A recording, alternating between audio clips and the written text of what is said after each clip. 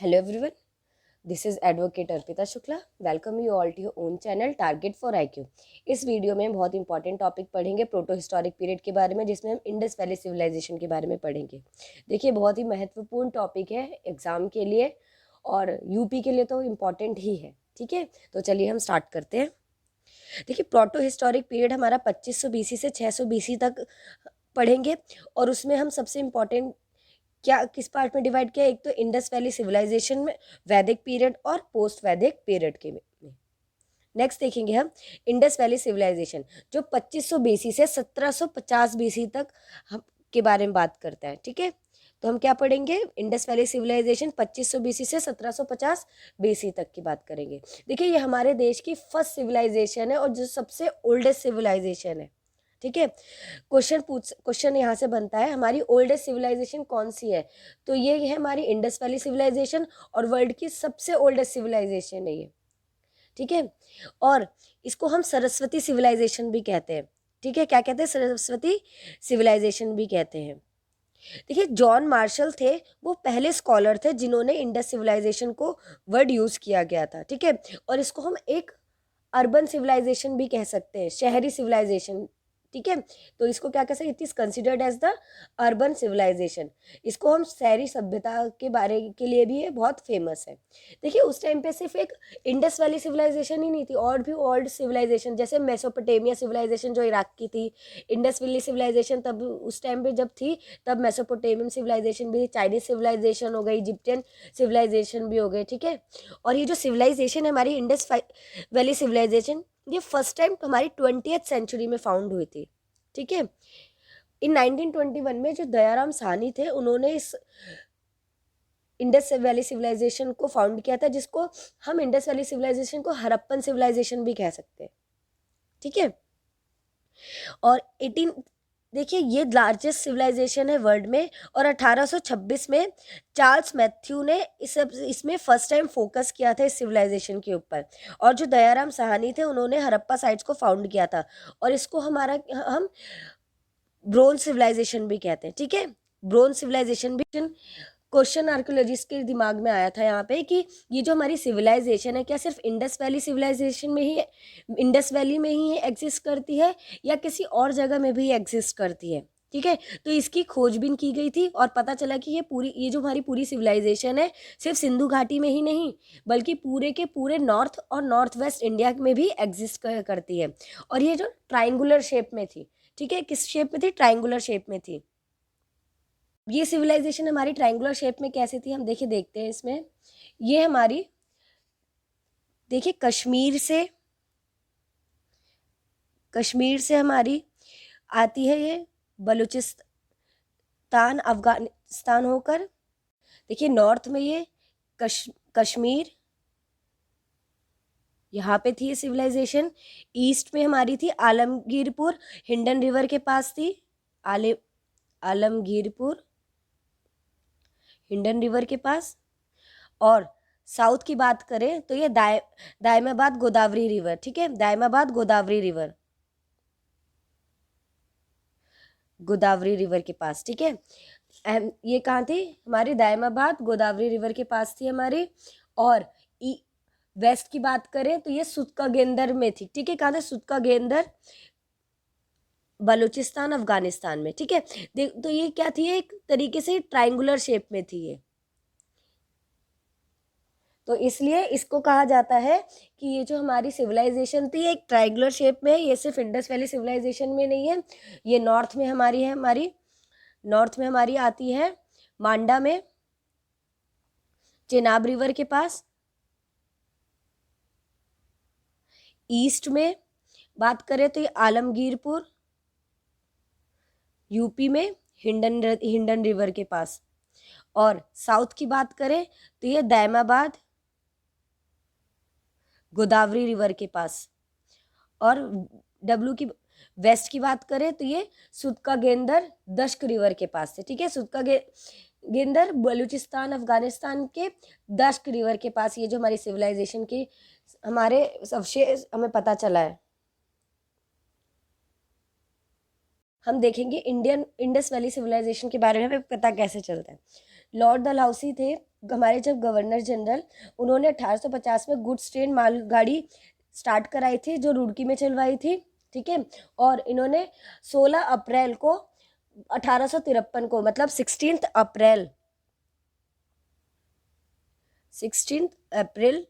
1853 को first passenger train start करवाई थी जो बॉम्बे टू थाने थी। कहाँ थी?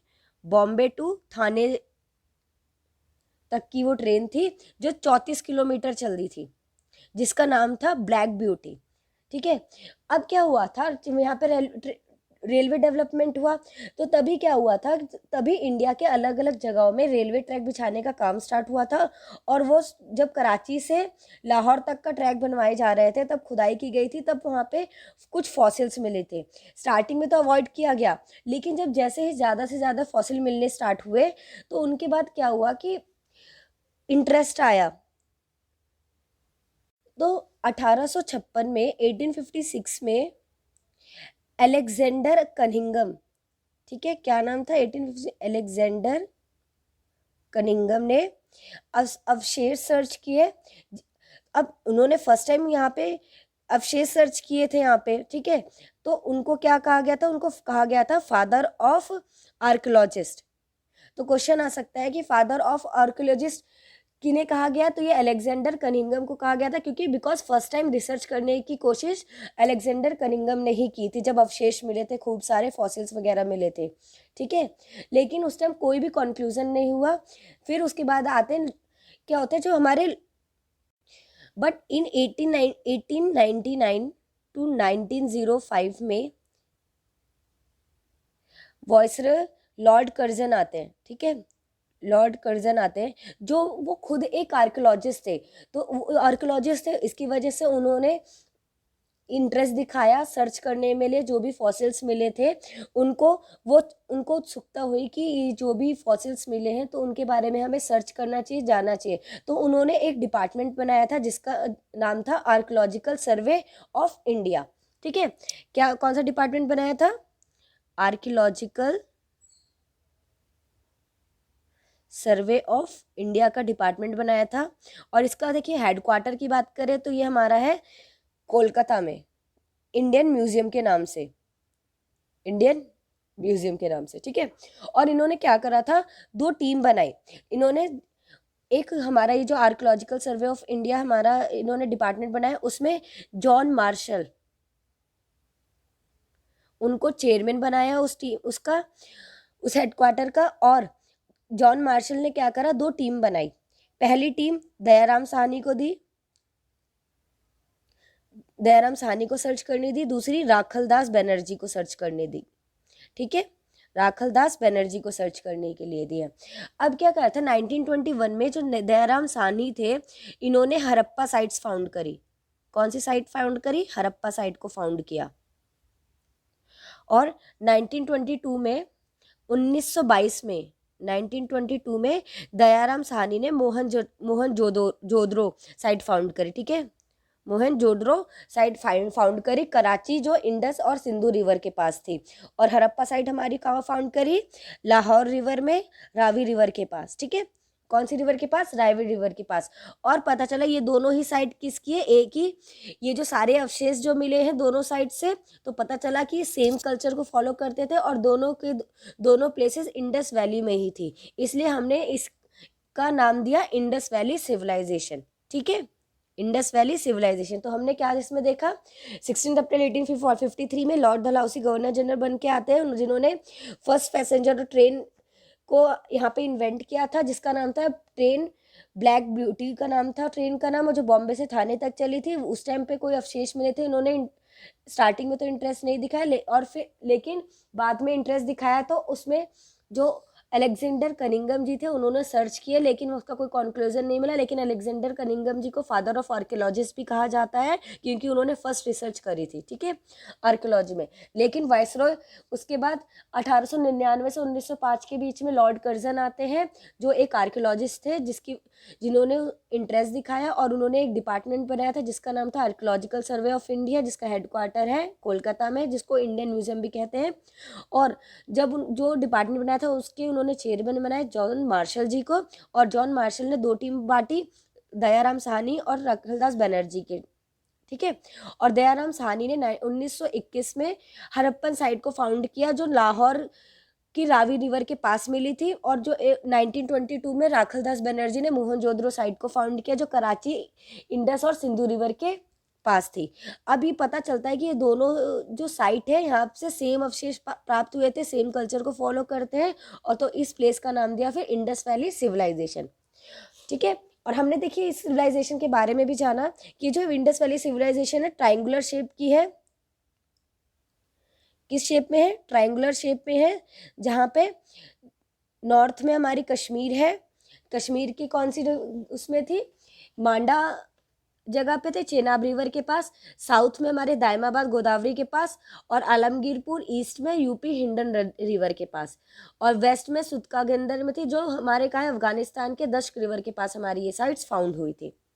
और ये जो सिविलाइजेशन हमारा फाउंड हुआ था कंट्री में, इस सिविलाइजेशन का नाम चेंज करके इंडस वैली सिविलाइजेशन की जगह हड़प्पन सिविलाइजेशन रख दिया गया था।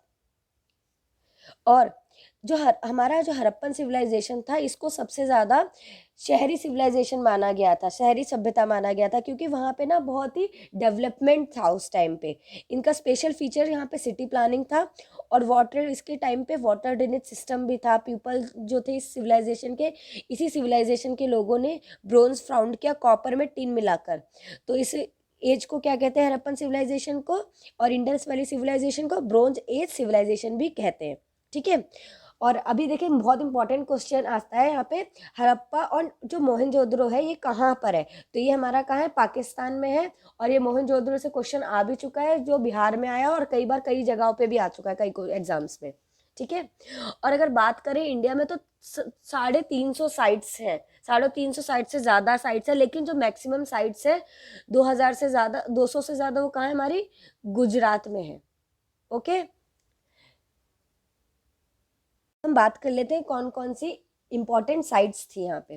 देखिए हड़प्पा की बात करेंगे तो ये दयाराम साहनी जी के द्वारा एक्सकवेट किए गए थे, उत्खनन किया गया था इनका, और उत्खनन किया गया था, और इन्होंने ही ढूंढा था, जिसको 1921 में फाउंड किया गया था। और इसकी लोकेशन की बात करें हड़प्पा सिविलाइजेशन की, तो ये मोतन गोमेरी पाकिस्तान में है, और R37 ग्रेवयार्ड यहाँ पे फाउंड की गई थी, जिसमें से इसमें 57 स्केलेटन फाउंड किए गए थे, जिसमें से 20 स्केलेटन जो फाउंड किए थे वो डिस्ट्रॉय हो गए थे और डिकम्पोज हो गए थे, और 37 जो स्केलेटन थे उनको रिसर्च के लिए भेजा गया था।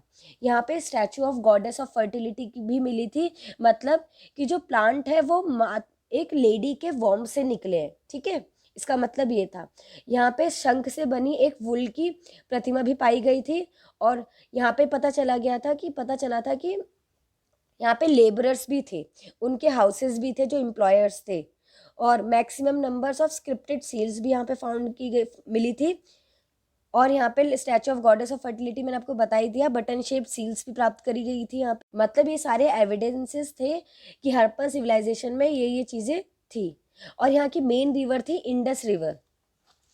नेक्स्ट देखते हैं मोहनजोदड़ो के बारे में, ठीक है। देखिए जो राखलदास बनर्जी थे, इन्होंने ये जो साइट थी हमारी मोहनजोदड़ो, ये साइट को फाउंड किया था, और ये जो साइट है हमारी ये है पाकिस्तान में, कहाँ है? कराची में है, लनकारा डिस्ट्रिक्ट, सिंधु रिवर के पास है।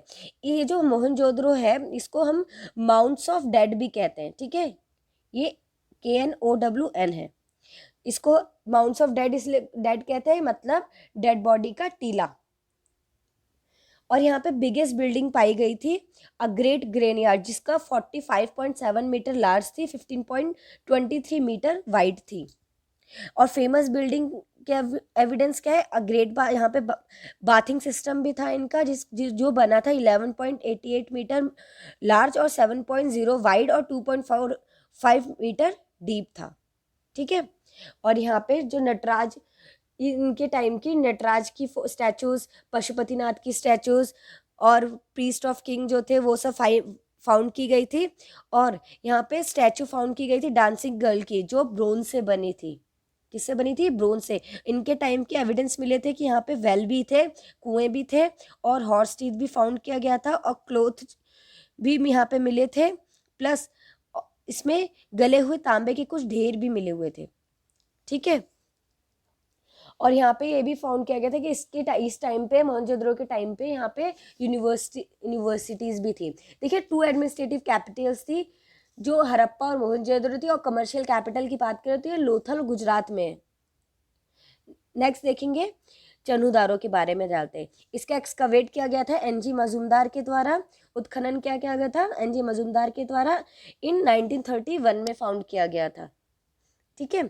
और ये सिर्फ रूरल, और सिर्फ एक रूरल साइट थी सिविलाइजेशन, मतलब कि यहाँ पे ये एक सिर्फ ऐसी साइट थी जो ग्रामीण को शो कर रही थी।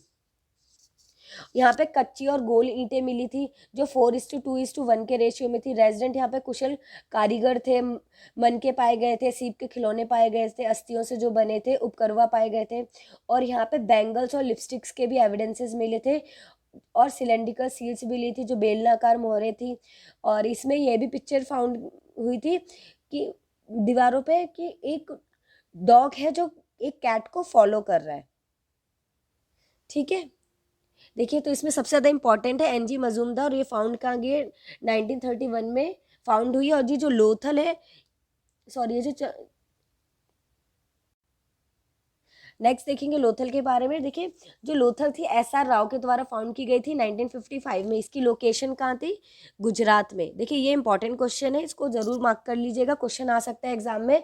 लोथल कहाँ लोकेटेड है? तो ये गुजरात में, और इसको किसने एक्सकवेट किया था? SR राव ने किया था 1955 में। इसको यहाँ पे और एक दूसरा क्वेश्चन इंपॉर्टेंट बनता है, मिनी हड़प्पा साइट किसे कहा जाता है? तो ये लोथल को कहा जाता है। ये क्वेश्चन ऑलरेडी आ चुका है, also known as mini Harappa. ये एक कमर्शियल कैपिटल थी। यहाँ पे मम्मी के एविडेंसेस फाइंड किए गए। यहाँ पे ये भी फाइंड किया कि जो एविडेंस मिले हैं कि यहाँ पे राइस, इनके टाइम पे राइस ग्रेन्स थे, और यहाँ पे एविडेंस साक्ष्य मिले हैं कि डुएट ग्रेव थी, मैन और वुमेन दोनों की ग्रेव थी, और पर्शिया की करेंसीज भी यहाँ पे से पाई गई हैं, एविडेंस पाए गए। कलिबंगा की बात करेंगे, एक घोष ने ये एक्सकवेट किया था 1953 में, और यहाँ पे पाए गए थे सील्स पाई गई थी ब्लैक सॉइल से। यहाँ पे जुते हुए खेत, हवन कुंड, हल के निशान, काली मिट्टी की मोहरें, काली मिट्टी की बनी चूड़ियाँ, ईंटों से बने चबूतरे, ये सब यहाँ पे कालीबंगन के एविडेंस साइट के पर एविडेंसेस मिले थे। बनवाली की बात करें तो ये RS बिष्ट के द्वारा एक्सकवेट की गई थी, उत्खनन किया गया था 1973 में। और ये यहाँ पे क्या हुआ था, ह्यूमंस और एनिमल्स के स्टैचूज मिले थे, और ये पाए गए थे कि यहाँ पे अच्छी स्ट्रीट्स थी, और यहाँ पे बकायदा प्रॉपर ड्रेनेज सिस्टम था, नालियाँ बनी हुई थी, तिल के ढेर एविडेंसेस मिले, यहाँ पे सरसों का ढेर के एविडेंसेस मिले, अच्छे किस्म की जौ के एविडेंसेस मिले। सड़कों और जो नालियों को मैंने आपको बताया दिया कि अवशेष मिले थे कि बहुत प्रॉपर तरीके से यहाँ का ड्रेनेज सिस्टम था। जो ह्यूमंस और जो एनिमल्स थी उनकी मूर्तियां भी मिली है, सेल खड़ी की मोहरें भी मिली है, और पकी ईंटें भी यहाँ पे मिली है। 7 देखते हैं, सुरकोटडा की बात करते हैं। 1964 में इसका फाउंड हुआ था, और ये जगपति जोशी जी के द्वारा एक्सकवेट की गई थी, और ये कहाँ है? गुजरात में है। यहाँ पे हॉर्स फाउंड, मतलब हॉर्स जो था उसकी हड्डियों का मिला था अवशेष। नेक्स्ट देखेंगे रंगपुर की बात करेंगे। ठीक है, 1931 में ये फाउंड की गई थी MS वत्स के द्वारा, और इसकी लोकेशन कहाँ है? गुजरात है में के अहमदाबाद में। ठीक है। और यहाँ के जो अवशेष की बात करें, एविडेंस मिले थे, कच्ची ईंटों की दुर्ग मिले थे, नालियों के अवशेष मिले थे कि इनके टाइम पे नालियाँ आई थी, प्रॉपर ड्रेनेज सिस्टम था, और मिट्टी के बर्तन पाए गए थे। राखीगढ़ी देखिए सबसे बिगेस्ट साइट है, जो कहाँ है? हमारी हरियाणा में है। धोलावीरा रविंद्र सिंह बिष्ट जी के द्वारा 1990 से 1991 के बीच में यहाँ पे फाउंड की गई थी। लोकेशन इसका क्या है? हमारा धोलावीरा का गुजरात में है, और ये किसी भी नदी के आसपास, ये जो हमारी धोलावीरा साइट है किसी भी नदी के आसपास नहीं है। और 16 आर्टिफिशियल रिजर्वॉयर्स भी यहाँ पर मिले हैं। यहाँ पे स्टेडियम के भी एविडेंसेस मिले हैं। ठीक है। और ये राखीगढ़ी के भारत में सर्वाधिक विस्तृत स्थल थे। ठीक है, किसके? सर्वाधिक विस्तृत स्थल थे, और लार्जेस्ट साइट थी। बिगेस्ट साइट हमारी राखीगढ़ी थी, और सबसे लार्जेस्ट साइट कौन सी थी? हमारी धोलावीरी थी। रोपर की बात करते हैं। देखिए यहाँ पे ना एविडेंसेस मिले थे, अवशेष मिले थे कि जो मैन थे उनको उनके डॉग्स के साथ जला दिया मतलब दफना दिया जाता था, जिससे वो अगले जन्म में ऊपर जाके उनके साथ उनके एक साथ में पर्सन रहे, मतलब कि वो अकेला फील ना करे, ये था। देखिए, जो इम्पोर्टेंट टॉपिक्स थे मैंने यहाँ पे कवर करने की पूरी कोशिश करी है। जो सिर्फ हम एग्जाम के लिए इम्पोर्टेंट है हम सिर्फ उसको कवर करेंगे, ठीक है। आपको अगर हमारी वीडियो पसंद आती तो प्लीज़ लाइक एंड सब्सक्राइब जरूर करिएगा। एक क्वेश्चन इंपॉर्टेंट था यहाँ पे, जो इंडस वैली सिविलाइजेशन की जो स्क्रिप्ट थी ये पिक्टोग्राफिक स्क्रिप्ट थी, ठीक है। तो क्वेश्चन यहाँ पे बन सकता है, जो इंडस वैली सिविलाइजेशन में जो स्क्रिप्ट थी वो किस की थी? पिक्टोग्राफिक।